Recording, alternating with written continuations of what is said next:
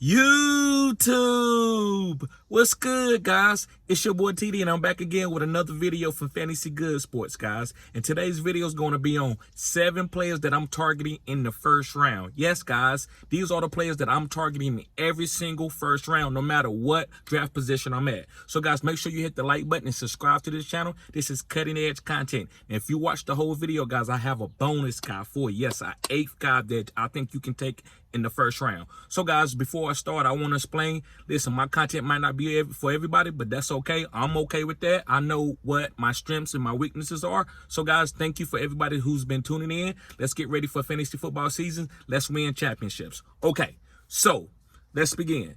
The first player, the guys, that I'm targeting every single fantasy football draft that I'm in, especially in PPR leagues, guys, it's Justin Jefferson, and everybody knows that. Justin Jefferson is a great #1 safe pick. He might not be the #1 player this year, but that's still okay. The guys that you draft in as the first pick, guys, don't got to be the #1. Don't put that pressure on yourself. Just make sure you get a guy that you comfortable going down with the ship. And what I mean, not comfortable failing, just like, okay, whatever happens, I'm okay. Who else was I going to pick there, right? You're not going to go and pick some crazy player because like a Josh Jacobs with the first #1 overall pick. No, you go pick Justin Jefferson. You know he's going to get plenty of targets. He's going to be top 5 in targets. So he's a great player, guys. Make sure you pick Justin Jefferson in almost every single draft that you even a super flex. I'm okay with going with Justin Jefferson, right? This is not a super flex type setup, but if you want to go with these guys in a super flex setup in the first round, I think it's okay. Moving on to my second guy, and it's Jamar Chase. Now, listen, I haven't been taking Jamar Chase, but I know Jamar Chase is an alpha. No doubt. He could be #1 wide receiver. But to me, it's just certain guys each year that I'm not taking, and then another year I might be on them. It just depends on what I see, what's going on with the offense, the offensive coordinators, and how I feel. Remember, always draft the team that you want. Just don't pick the players that I say or anybody else. Take advice from whatever you want to, guys. And then if you feel good with going with a player, that's on you. Jamar Chase could be break a record this year. But me, I'm not targeting him, not because of Joe Burrow's injury, just because I just don't think this offense is going to be better. I think it's up for regression. That's just my 2 cents. I could be wrong. I'm not always right. But yes, Jamar Chase is a great #2 pick. If you drafting him, and don't got to be #2, it just can be the second player off the board or your set, or a guy that you going after. He could be the #6 player, right? It don't got to be the #2 player. All right, the third guy that I'm targeting in my first rounds, guys, of PPR leagues and even half-point PPR, I don't play in standard leagues, is Tyreek Hill. Yes, guys, and I'm tremendously high on Tyreek Hill. I love Tyreek Hill. I love the boom. To me, you win fantasy football weeks with 40 points for the points. 40 points for the points. 40 points for the points. You win fantasy leagues that way. So, guys, I'm taking Tyreek Hill almost every single draft. And if he give me a 10 or 14 week, I'm okay with that because I know the next week he could go for 40 points and 50 points. And if anybody let me down in my lineup, Tyreek can cover up for it. Right? So I love having Tyreek Hill on my team. It's the boom. I love boom players, right? All right, guys, going to my #4 guy. And this guy, to me, is a great pick. He probably could be #1, but, hey, you don't have to take him at the #1 spot. He's falling. It's Cooper Kupp. Guys, if you I look at games in quadrants, like every 4 or 5 weeks, and what's going on and who's falling out. And I'm going to do a video on that.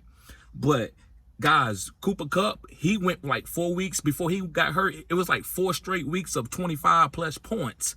Maybe 1 week with 22. Oh, my gosh. That's killer. That's how you win fantasy football leagues. If you had Cooper Kupp in the first 6, 7 weeks of last year, you was on the way to be a top 3 team in your league. I'm guaranteeing you that. Cooper Kupp, unless you had a trashy team after that, Cooper Kupp is a monster. And you got Matthew Stafford with that combination where he's hyper-targeting him. It's almost just as good as Jamar Chase, Justin Jefferson, or Tyreek Hill. He's just a little older than those guys. So Cooper Kupp can beat all those guys. I would not be surprised. So I'm targeting Cooper Kupp in every single first round that I can, guys, if my other guys are going. And this list is kind of like my rankings. To me, I like Tyreek Hill probably the best, but Justin Jefferson and Jamar Chase, to me, you can't leave them on the board. I'm not going to pick Tyreek Hill if Justin Jefferson or Jamar Chase is on the board. It just depends on what I'm trying to do, best ball, or how I feel at that particular draft, how much money is on the line, right?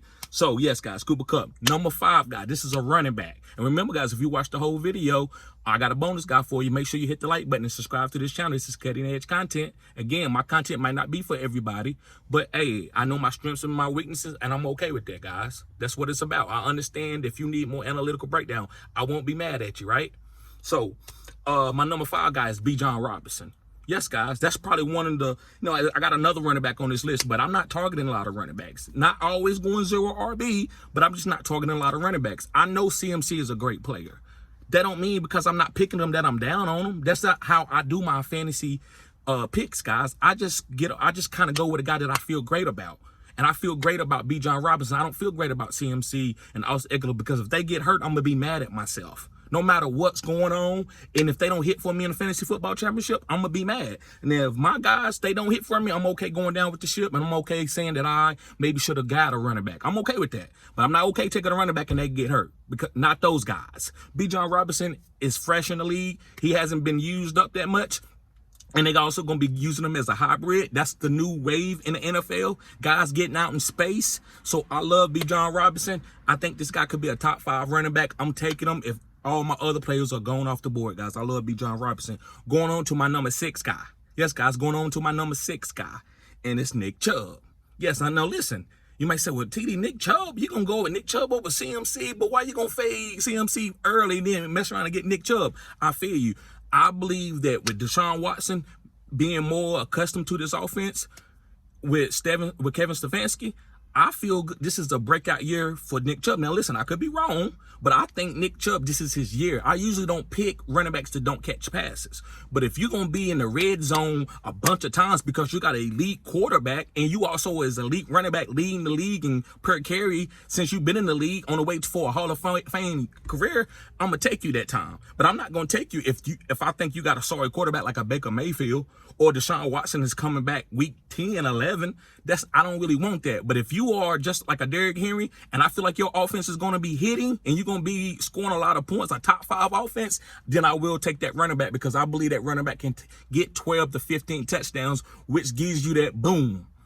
I think Nick Chubb could be getting 1 or 2 rushing touchdowns every single game. I wouldn't be surprised if he had 17, 18 rushing touchdowns like David Montgomery. Like, I believe he can do that. Or Jamal Williams like he did last year. Or even James Conner did a couple years ago. So that's why I'm picking Nick Chubb, guys. I like Nick Chubb. Get him in your drafts if you can, guys. All right, guys. My 7 guy before I get to my bonus, guys. Thank y'all for watching the whole video, guys. My 7 guy, and I've been doing a lot of videos on this guy lately. I love him. And it's Amon-Ra St. Brown. I'm willing to take Amon-Ra St. Brown at the 110, 111, 112 to make sure I don't get sniped at the 2-1, 2-2 or the 2-3. With a 2-1, if you got the 112, you can get both. Now, if I'm at the 112, yes, I go Amon-Ra and another pick. But at the 2-13, or saying the 2-2 or the 2-3, I might take Amon-Ra at the 110 just to make sure that I get him and I can come around and get somebody else. I love Amon-Ra. I think he has a chance to be the number 1 wide receiver in fantasy and real life. I think he's a sleeper, even though he's going in the 2nd round. I think he's a sleeper. I think he's on his way for a breakout season, even though he broke out last year. Like, I think he's going to do even better, right? So, guys, I love Amon-Ra. I call him like a bulky Antonio Brown. That's what I call him. The guy's a hard-working guy. All right, guys. So, my bonus guy that I think you can take in the 1st round if you want to, especially if it's tight end premium.